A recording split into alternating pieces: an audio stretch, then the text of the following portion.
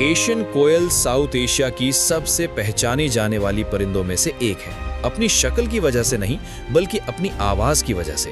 हर गर्मियों की सुबह इसकी बुलंद और गूंजती हुई पुकार गांव, शहरों और जंगलों को भर देती है। ये आवाज इतनी गहरी तरह मौसम की तब्दीली से जुड़ी होती है कि कई कल्चर इसे गर्मियों का असली ऐलान समझते हैं। लेकिन इस खूबसूरत आवाज के पीछे जिंदगी बचाने का मकसद छुपा होता है। नर कोयल खूबसूरती के लिए नहीं गाता, बल्कि इलाका कब्जा करने और मादा कोयल को मुतासिर करने के लिए। ये आवाज अंडे देने के दौरान मादा कोयल की हरकतों को भी छुपा लेती है। जो आवाज इंसानों को शायरी लगती है, वो असल में एक इवॉल्व्ड बायोलॉजिकल टूल होती है। कोयल की आवाज म्यूजिक नहीं, बल्कि स्ट्रैटेजी, टाइमिंग और सर्वाइवल का मिलाप है।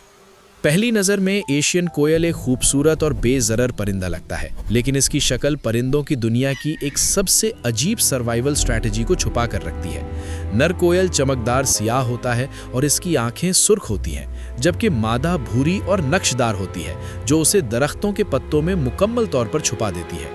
ये फर्क सजावट नहीं, बल्कि सर्वाइवल डिजाइन है। मादा का कैमोफ्लाज उसे दूसरे परिंदों के घोंसलों के करीब बेआवाज पहुंचने में मदद देता है। कोयल अपना घोंसला नहीं बनाती, इसकी पूरी पहचान राज, वक्त और डिस्गाइज के गिर्द घूमती है।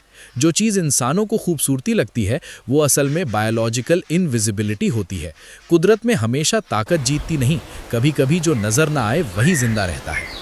एशियन कोयल की सबसे ज़्यादा कंट्रोवर्शियल हकीकत इसकी रिप्रोडक्शन स्ट्रैटेजी है, जिसे ब्रूड पैरासिटिज्म कहते हैं। अपने बच्चों को खुद पालने के बजाय कोयल अपने अंडे दूसरे परिंदों के घोंसलों में रख देती है, ज़्यादातर कौवों के। यहाँ टाइमिंग सब कुछ होती है। मादा कोयल उस वक्त का इंतज़ार करती है जब होस्ट परिंदा घायल होता है। वो चंद सेकंड्स में अंडे रखकर गायब हो जाती है। जब कोयल का बच्चा निकलता है तो वो फितरी तौर पर खाने के लिए ज्यादा तवज्जो हासिल करता है। ये जुल्म नहीं, बल्कि एवोल्यूशन का नतीजा है। हजारों सालों में कोयल ने इस स्ट्रैटेजी को कमाल तक पहुंचा दिया है। यहाँ सर्वाइवल परवरिश से नहीं, प्रोबेबिलिटी से जुड़ा होता है। कुदरत में इखलाक नहीं होता, सिर्फ नतीजा होता है।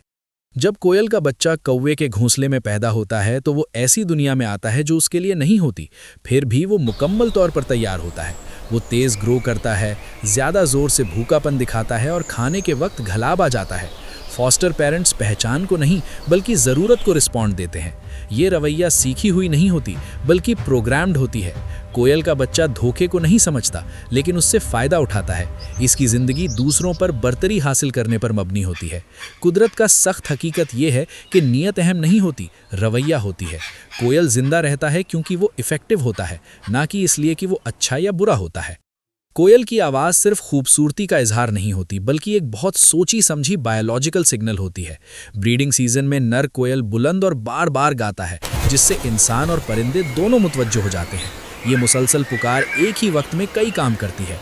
ये इलाका जाहिर करती है, मादा को मुतासिर करती है और सबसे अहम बात, तवज्जो भटका देती है। जब दूसरे परिंदे इस बुलंद आवाज़ पर तवज्जो देते हैं, मादा कोयल खामोशी से दरख्तों में हरकत करती है।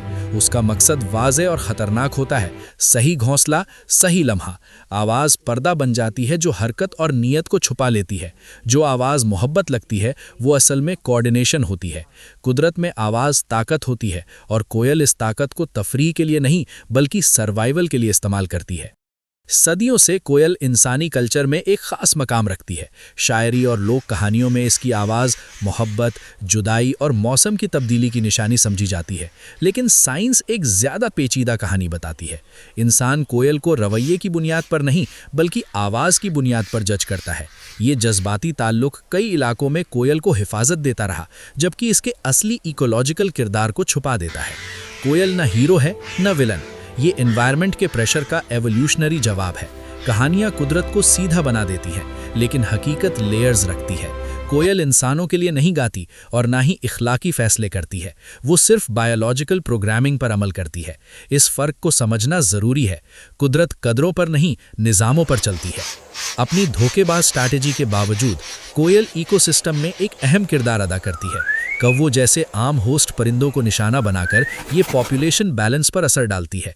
ब्रूड पैरासाइट्स की मौजूदगी होस्ट परिंदों को ज़्यादा होशियार और एडेप्टिव बनाती है। ये एवोल्यूशनरी प्रेशर वक्त के साथ इकोसिस्टम को मजबूत करता है। कोयल सिस्टम को ख़राब नहीं करती, बल्कि उसका हिस्सा होती है। कुदरत हम आहंगी से नहीं, टकराव से इवॉल्व करती है। हर हिस्सा दूसरे को जवाब देने पर मजबूर करता है। अगर एक हिस्सा हटा दिया जाए तो बैलेंस बिगड़ जाता है। कोयल का तरीका हजारों सालों से इसलिए मौजूद है क्योंकि ये हुदूब के अंदर काम करता है। ये होस्ट को तबाह नहीं करती बल्कि चैलेंज करती है। इसीलिए कोयल कुदरत में रवैया और स्टेबिलिटी दोनों का सबब बनती है। जैसे जैसे शहर फैलते और जंगल कम होते जा रहे हैं, एशियन कोयल एक ऐसी दुनिया का सामना कर रही है जो उस दुनिया से बहुत मुख्तलिफ है जिसमें वो इवॉल्व हुई थी। शहरी शोर उसकी आवाज़ में खलल डालता है, आर्टिफिशियल रोशनी कुदरती रिदम को बिगाड़ देती है और दरख्तों की कमी होस्ट परिंदों के घोंसलों को कम कर देती है। फिर भी कोयल खुद को ढाल लेती है। अब वो बिजली के खंभों पर गाती है, शहरी पार्क्स में खुराक ढूंढती है और अपनी आवाज़ इंसानी हरकतों के मुताबिक टाइम करती है। ये इंसान जैसी अकल नहीं बल्कि बायोलॉजिकल रेजिलियंस है। लेकिन ढलने की भी हद होती है। आलूदगी, पेस्टिसाइड्स का इस्तेमाल और परिंदों की कमी खामोशी से कोयल के मुस्तकबिल को खतरा पहुंचा रही है। इसकी ज़िंदगी सिर्फ इसकी अपनी स्ट्रैटेजी पर नहीं बल्कि पूरे इकोसिस्टम की सेहत पर मुनहसर है। शहरों में कोयल की मौजूदगी हमें याद दिलाती है कि वाइल्ड लाइफ अचानक गायब नहीं होती बल्कि निज़ाम टूटने पर धीमी धीमी खत्म होती है। एशियन कोयल इस बात को चैलेंज करती है कि इंसान कुदरत में सही और गलत को कैसे डिफाइन करता है। इसकी आवाज़ खूबसूरत है, इसका रवैया बेचैनी पैदा करता है और इसकी सर्वाइवल स्ट्रैटेजी गलत समझी जाती है। लेकिन कोयल कोई एक्सेप्शन नहीं बल्कि एक सबक है। कुदरत नामेहरबानी को इनाम देती है और धोखे को सज़ा। वो सिर्फ उस चीज़ को रिवॉर्ड करती है जो काम करती है। कोयल इसलिए ज़िंदा है क्योंकि उसका सिस्टम ज़िंदगी के बड़े सिस्टम के अंदर फिट होता है। जब हम ये समझते हैं तो वाइल्ड लाइफ को देखने का अंदाज बदल जाता है। इंसानी इखलाक से जज करने के बजाय हम इकोसिस्टम को प्रेशर और रिस्पॉन्स के जिंदा निज़ाम के तौर पर देखते हैं। कोयल हमें याद दिलाती है कि खूबसूरती के पीछे पेचीदगी होती है। इसकी कहानी धोखे की नहीं, ढलने की है। और आखिर में कोयल हमसे खामोश सवाल करती है, क्या हम सिर्फ कुदरत के मुशाहिद हैं या इसके मुस्तकबिल के जिम्मेदार हिस्सा? अगर आप यहाँ तक पहुँच गए हैं तो अब आप वो बात समझ चुके हैं जो अक्सर लोग कभी महसूस ही नहीं करते। कोयल जालिम नहीं होती, ना ही ये अपनी मर्जी से चालाक होती है। ये सिर्फ जिंदा रह रही होती है, कुदरत के कवानीन के मुताबिक बिल्कुल ठीक ढली हुई। कुदरत जज्बात को इनाम नहीं देती, वो स्ट्रैटेजी, वक्त और कारकर्दगी को इनाम देती है। और कोयल ये सब साबित करती है कि सर्वाइवल हमेशा नरम नहीं होता लेकिन हमेशा बिल्कुल दुरुस्त होता है। अगर इस वीडियो ने आपका नजरिया बदल दिया है तो आप यहीं बिलोंग करते हैं। एनिमल स्पीशीज वर्ल्ड को सब्सक्राइब करें, जहां कहानियां अफसाना नहीं बल्कि कुदरत की असली हकीकत होती हैं। क्योंकि जब आप कुदरत को समझ लेते हैं तो जिंदगी फिर कभी पहले जैसी नहीं रहती।